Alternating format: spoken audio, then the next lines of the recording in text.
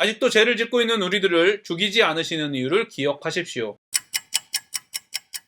안녕하세요. 바이블 TMI의 마카리오스입니다. 오늘 본문은 열왕기하 1장 9절부터 18절입니다. 오늘 말씀은 아하시아가 엘리야를 죽이기 위해 3번에 걸쳐 50부장을 보내는 이야기입니다. 오늘 말씀을 통해 그리스도인의 원수와 친구, 죄에 대한 형벌을 미루시는 이유, 하나님의 살아계심이 그리스도인에게 미치는 영향에 대해 깊이 성찰하는 시간이 되기를 바랍니다. 이에 50부장과 그의 군사 50명을 엘리야에게로 보내매 그가 엘리야에게로 올라가 본즉 산꼭대기에 앉아있는지라 그가 엘리야에게 이르되 하나님의 사람이여 왕의 말씀이 내려오라 하셨나이다. 아하시아는 아합의 적이었던 엘리야를 알고 있었습니다. 당연히 아합과 엘리야의 싸움의 결과 역시 알고 있었습니다. 그러나 자신에게 저주에 가까운 예언을 한 엘리야를 군사를 보내어 죽이려고 했습니다. 그런데 여러분 한번 잘 생각해 보시기를 바랍니다. 하나님을 떠나 우상을 섬기는 아합과 아하시아에게 하나님께 돌아오지 않기 때문에 벌을 받는 것이라고 외치는 엘리야는 정말 이들의 원수일까요? 하나님을 떠나 자신의 마음대로 사는 일을 원하는 아하시아의 입장에서 보면 엘리야는 자신의 앞길을 막는 원수처럼 보이는 것이 당연합니다. 그러나 하나님과 원수였던 우리들을 내버려 두지 않으시고 구원하신 하나님을 경험하고 있는 그리스도인의 입장에서 보면 엘리야야말로 아합과 아하시아의 생명의 은인이자 하나님의 도구라고 생각할 것입니다. 그리고 은혜를 받은 그리스도인은 하나님을 떠난 사람들, 특히 자신과 관련 있는 주변의 사람들에게 엘리야와 같은 역할을 할 수밖에 없습니다. 당연히 아직 하나님을 모르는 사람들은 엘리야와 같이 진리를 전하는 우리들을 원수라고 생각할 것입니다. 반면에 하나님의 은혜를 경험한 사람들은 우리를 하나님의 도구라고 생각할 것입니다. 이런 이유 때문에 우리가 진리를 전할 때 사람들의 반응에 신경을 쓰면 안 되는 것입니다. 우리가 신경 써야 할 것은 다른 사람들이 우리를 비난하고 원수처럼 생각하는 이유가 무엇인지입니다. 다른 사람의 비난이 세상 사람들보다 더 악한 우리의 모습 때문이라면 회개하십시오. 다른 사람의 비난이 이스라엘 백성과 같은 선민의식 때문에 다른 사람들을 무시하기 때문이라면 회개하십시오. 그러나 다른 사람의 핍박과 비난이 엘리야와 같이 하나님께 돌아오게 하기 위하여 하나님의 말씀을 전한 일 때문이라면 하나님의 일에 동참함에 감사하십시오. 다른 사람의 핍박과 비난이 그리스도의 고난에 동참하기 위하여 세상의 정욕을 포기하기 때문이라면 하늘의 상급을 기대하며 기뻐하십시오. 잠시 시선이 땅으로 떨어져 육체의 정욕을 따르고 있을 때 엘리야와 같이 하나님께로 돌아오라고 하는 사람들을 하나님의 도구로 귀히 여기십시오. 오늘 말씀을 묵상하시면서 아하시아는 하나님을 따르지 않는 나쁜 왕, 엘리야는 하나님께 순종한 훌륭한 선지자라고 그냥 넘어가지 마십시오. 지금 우리의 모습이 아하시아와 같이 자신의 귀에 거슬리는 말을 하는 목회자와 동역자들을 무시하고 심지어 대적하고 있는지, 아니면 엘리야와 같이 진리를 전하며 아하시아와 같은 세상의 사람들의 대적자가 되었는지 점검해야 합니다. 다시 한번 말씀드리지만 세상의 사람들과 대적자가 된 이유를 분명히 분별해야 합니다. 세상의 사람들보다 더 악하기 때문에, 구원받았다는 선민의식에 빠져 세상 사람들을 무시하기 때문에 대적자가 되면 절대 안 됩니다. 안타깝지만 아하시아와 엘리야의 중간은 없습니다. 세상 사람들은 하나님을 알기를 거부하고 그리스도인은 이 땅에서 하나님의 증인이 될 수밖에 없기 때문입니다. 저와 여러분이 원수이자 죄인이었던 예전의 모습을 기억하신다면 겸손할 수밖에 없습니다. 하나님의 은혜에 감사할 수밖에 없습니다. 그리고 우리를 구원하신 하나님을 전하고 증거할 수밖에 없습니다. 저는 정확히 말씀드립니다. 구원받으신 여러분은 진리의 말씀을 전하는 하나님의 사람을 대적하는 아하시아가 아니라 하나님을 대적하는 사람들에게 하나님께 돌아오라고 외치며 하나님을 증거하는 엘리야입니다. 저와 여러분이 이 사실을 잊어버리지 않게 되기를 기도합니다. 엘리야가 50부장에게 대답하여 이르되 내가 만일 하나님의 사람이면 불이 하늘에서 내려와 너와 너의 50명을 살을지로다 하매 불이 곧 하늘에서 내려와 그와 그의 군사 50명을 살랐더라. 왕이 다시 다른 50부장과 그의 군사 50명을 엘리야에게로 보내니 그가 엘리야에게 말하여 이르되 하나님의 사람이여 왕의 말씀이 속히 내려오라 하셨나이다 하니 엘리야가 그들에게 대답하여 이르되 내가 만일 하나님의 사람이면 불이 하늘에서 내려와 너와 너의 50명을 살을지로다 하매 하나님의 불이 곧 하늘에서 내려와 그와 그의 군사 50명을 살랐더라. 왕이 세 번째 50부장과 그의 군사 50명을 보낸지라. 셋째 50부장이 올라가서 엘리야 앞에 이르러 그의 무릎을 꿇어 엎드려 간구하여 이르되 하나님의 사람이여 원하건대 나의 생명과 당신의 증인 이 50명의 생명을 당신은 귀히 보소서. 불이 하늘에서 내려와 전번의 50부장들과 그의 군사 50명을 살랐거니와 나의 생명을 당신은 귀히 보소서 하매 여호와의 사자가 엘리야에게 이르되 너는 그를 두려워하지 말고 함께 내려가라 하신지라. 엘리야가 곧 일어나 그와 함께 내려와 왕에게 이르러 아하시아의 부하 50명이 왕의 명령을 명령을 받아 엘리야에게 왔습니다. 그 이유는 아마도 엘리야를 체포해 아하시아 왕에게 데려오기 위해서였을 것입니다. 첫 번째와 두 번째 50부장은 죽었고 세 번째 50부장은 살았습니다. 분명히 세 명의 50부장은 같은 명령을 받았습니다. 그런데 왜 동일한 명령을 받은 50부장은 서로 다른 행동을 했을까요? 저는 엘리야를 통해 나타나는 하나님의 능력이 자신이 믿고 의지하던 아하시아 왕과 권력보다 더 크다는 것을 깨달았기 때문이라고 생각합니다. 첫 번째와 두 번째 50부장은 왕의 권위와 능력을 믿고 엘리야를 잡으러 왔다가 모두 죽었습니다. 그러나 자신의 동료 2명과 그 아들 100명이 죽은 것을 본 세 번째 50부장은 왕의 권위와 군대의 능력보다 뛰어난 하나님의 능력을 보고 엘리야에게 부탁했습니다. 심지어 무릎을 꿇어 엎드려 간구했다고 기록되어 있습니다. 무릎을 꿇고 엎드려 간구하는 대상은 신과 왕, 주인 등입니다. 이 말씀은 우리에게 매우 중요한 진리를 보여주고 있습니다. 자신의 능력을 믿고 하나님과 하나님의 사람을 대적하는 사람들은 모두 죽을 수밖에 없습니다. 그리고 겸손히 하나님께 엎드리는 사람들이 구원을 얻습니다. 저의 영상을 보신 분들은 아시겠지만 하나님의 사람이 목회자를 말하는 것은 아닙니다. 육체의 정욕을 추구하는 사람들을 대적하고 그리스도의 고난에 동참하는 그리스도인이 바로 하나님의 사람들입니다. 저와 여러분의 모습을 보시기를 바랍니다. 우리의 능력을 믿고 하나님을 무시하며 대적할 때가 얼마나 많이 있습니까? 우리의 경험을 기준으로 하나님을 가르치며 대적할 때가 얼마나 많습니까? 지금까지 우리가 살아있는 것이 기적이 아닙니까? 그렇습니다. 지금까지 우리가 살아있는 것은 기적입니다. 하나님께서는 겸손히 회개하고 하나님께 돌아오시기를 원하시기 때문에 아직 우리를 살려두시는 것입니다. 하나님이 택하신 그리스도인은 온전한 거룩에 이르는 믿음의 성장 과정이 필요하기 때문에 아직 우리를 살려두시는 것입니다. 여러분, 아직 늦지 않았습니다. 세 번째 50부장과 같이 겸손히 엎드려 하나님의 자비를 구하십시오. 다시 한번 말씀드립니다. 이미 하나님의 자비를 받은 그리스도인이라고 할지라도 계속해서 하나님의 자비를 구해야 합니다. 왜냐하면 우리는 하나님의 성품으로 거듭났지만 때로는 옛 본성의 영향을 받아 자신의 능력을 의지하며 하나님을 대적할 때가 있기 때문입니다. 아직도 죄를 짓고 있는 우리들을 죽이지 않으시는 이유를 기억하십시오. 저와 여러분이 심령이 가난한 자가 복이 있다는 말씀을 경험하는 인생이 되기를 간절히 소망합니다. 말하되 여호와의 말씀이 내가 사자를 보내 에그론의 신 바알세붑에게 물으려 하니 이스라엘에 그의 말을 물을 만한 하나님이 안 계심이냐. 그러므로 내가 그 올라간 침상에서 내려오지 못할지라 내가 반드시 죽으리라 하셨다 하니라. 왕이 엘리야가 전한 여호와의 말씀대로 죽고 그가 아들이 없으므로 여호람이 그를 대신하여 왕이 되니 유다 왕 여호사밧의 아들 여호람의 둘째 해였더라. 아하시아가 행한 그 남은 사적은 모두 이스라엘 왕 역대지락에 기록되지 아니하였느냐. 아하시아에게 온 엘리야는 역시나 왕의 눈치를 보지 않고 하나님의 말씀을 그대로 전합니다. 아하시아에게 전하는 엘리야의 경고는 지금 우리에게도 적용됩니다. 우리의 능력을 의지하는 것은 하나님이 안 계시는 것과 같다고 엘리야는 말하고 있습니다. 우상 숭배하는 것이라고 말합니다. 저는 아직까지 교회를 다니는 사람 중에 하나님이 안 계신다고 고백하는 사람은 본 적이 없습니다. 하지만 어렵지 않게 저를 포함해 많은 사람들이 하나님이 안 계신 것처럼 자신의 능력과 스펙 쌓기에 몰두하는 일을 볼 수 있습니다. 하나님보다 사람과 상황, 특히 돈을 더 두려워하고 의지하는 것을 쉽게 볼 수 있습니다. 사단은 하나님이 안 계신 것처럼 느끼게 하기 위하여 더욱 세상의 시선을 두게 할 것입니다. 때로는 유혹으로, 때로는 두려움으로 우리를 공격할 것입니다. 여러분에게 권면합니다. 하나님은 살아계신다고 고백하시는 여러분, 우리의 고백과 하나님이 안 계시는 것처럼 살아가는 우리의 모습의 간극을 없애기 위해 두려움으로 공격하는 사단과 매 순간 싸우십시오. 말씀을 통해 하나님이 어떤 분이신지 계속 발견하고 기억하며 눈에 보이는 것들, 특히 돈의 지배를 받게 만드는 사단의 공격과 싸우십시오. 너의 능력으로 할 수 있다고 공격하는 사단의 공격에 하나님만 의지하기를 원한다는 기도로 싸우십시오. 이것이 은혜로 다시 태어난 본성을 소유한 사람들의 마땅한 행동입니다. 물질 만능 시대, 돈이 하나님인 시대를 살아가는 저와 여러분이 살아계신 하나님을 매 순간 경험하여 더 이상 자신의 능력 그리고 돈에 마음을 빼앗기지 않는 은혜가 주어지기를 간절히 소망합니다. 제가 오늘 여러분과 적용하고 싶은 부분을 말씀드리겠습니다. 첫 번째, 누가 우리의 원수이고 누가 하나님의 도구인지 깊이 고민해 보시기를 바랍니다. 두 번째, 아직도 죄를 짓고 하나님을 대적하는 우리를 살려두시는 이유에 대해 생각해 보시기를 바랍니다. 세 번째, 하나님이 살아계신다는 고백에 합당한 삶을 살고 있는지 자신을 점검해 보시기를 바랍니다. 오늘도 행복한 하루가 되시기를 바랍니다.